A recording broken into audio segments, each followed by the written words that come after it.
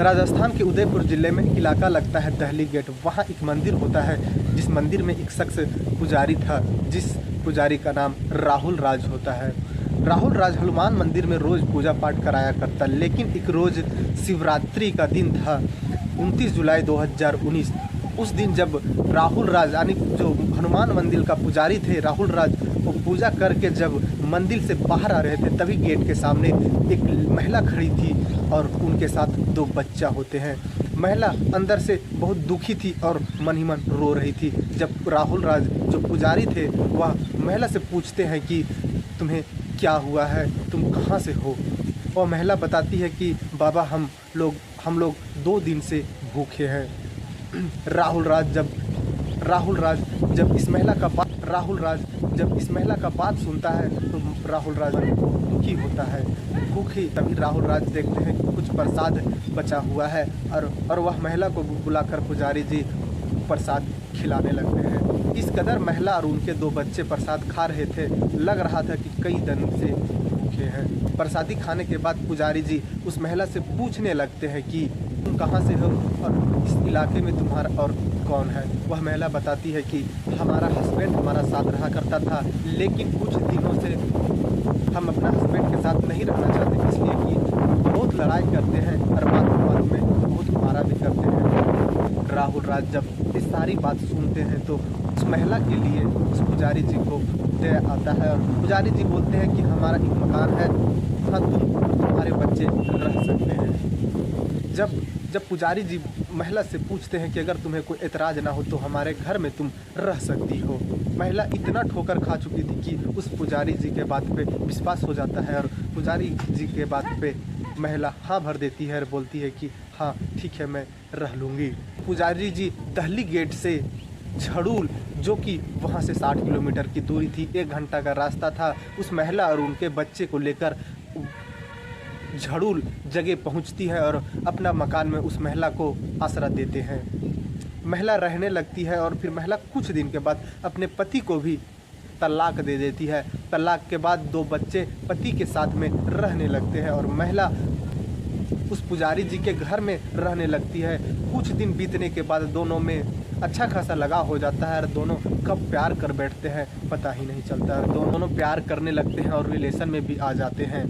कई दिन बीतने के बाद पुजारी जी और उस महिला में कभी कभी बाताबाती हो जाया करता, लड़ाई झगड़ा हो जाया करता, लेकिन एक दिन हद ही पार हो गया। 11 मई 2020 का दिन था और वह पुजारी जी के साथ इस कदर महिला लड़ जाती है कि पुजारी जी पर महिला हाथ उठा देती है। पुजारी जी को इतना गुस्सा आता है कि उसी वक्त महिला का गला दबा देते हैं और उस महिला का उसी वक्त मौत हो जाता है।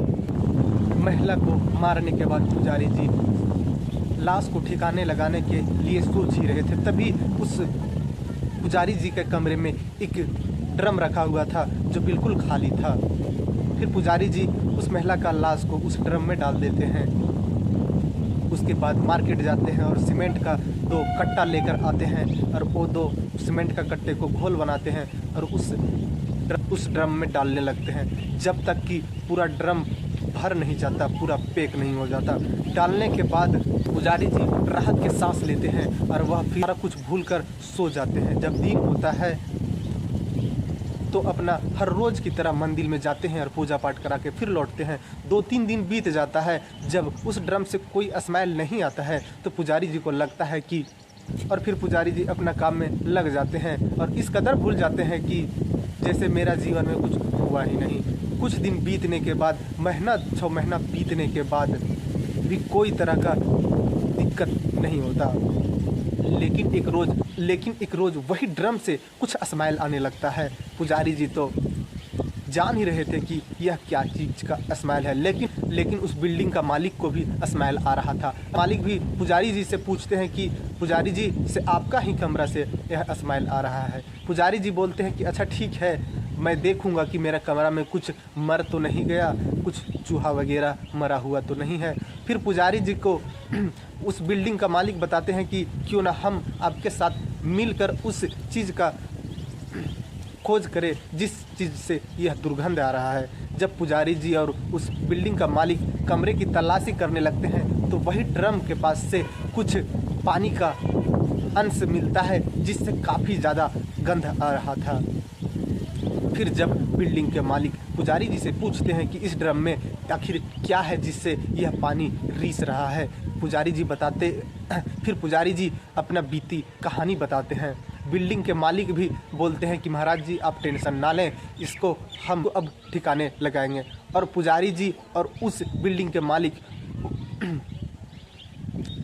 मालिक उस ड्रम को तोड़ने लगते हैं, ड्रम के अंदर के सीमेंट को तोड़ने लगते हैं। जब तक कि पूरा चूरा चूरा ना हो जाता है तब तक तोड़ते रहते हैं। तोड़ने के बाद अच्छा से फ्रेश कर देते हैं और जला भी देते हैं। जलाने के बाद उन सारे कंक्रीट को एक नदी में ले कर डाल देते हैं। फिर से ये दोनों अपने घर में आकर सारा कुछ भूलकर अपना ज़िंदगी में बिजी हो जाते हैं। कुछ दिन बीतने के बाद 4 साल बीतने के बाद करीबन 4 साल बीतने के बाद पुजारी जी एक यूनिवर्सिटी के गेट पर खड़ा थे। तभी कोई शख्स पुलिस स्टेशन फ़ोन करता है और बताता है कि पुजारी जी यूनिवर्सिटी के गेट के पास खड़ा है जिनके पास अवैध बंदूक है। फिर जब पुलिस उस पुजारी जी को पकड़कर उनके तलाशी करते हैं तो उनके पास से एक बंदूक निकलता है। और वह जब पुलिस पुजारी जी से पूछते हैं कि यह बंदूक कहाँ से आया, तो पुजारी जी बताते हैं कि 5 साल पहले हमें कोई इंसान यह बंदूक दे गया, लेकिन वह इंसान का कोई पता नहीं है हमें। लेकिन जब पुलिस आंखों में आंखों मिलाकर उस पुजारी जी से बात करने लगते हैं तो पुजारी जी का लहजा गड़बड़ा जाता है और वह बातों ही बातों में बोल देते हैं कि हाँ हम एक महिला का कत्ल किए हैं। उसके बाद पुलिस जब पुजारी जी से सख्ती से पूछताछ करने लगते हैं तो सारे कहानी पुलिस को पुजारी जी बताते हैं। यह कहानी सुनने के बाद पुलिस भी दंग रह जाते हैं कि 4 साल बीत गया लेकिन यह आरोपी खुला घूम रहा है।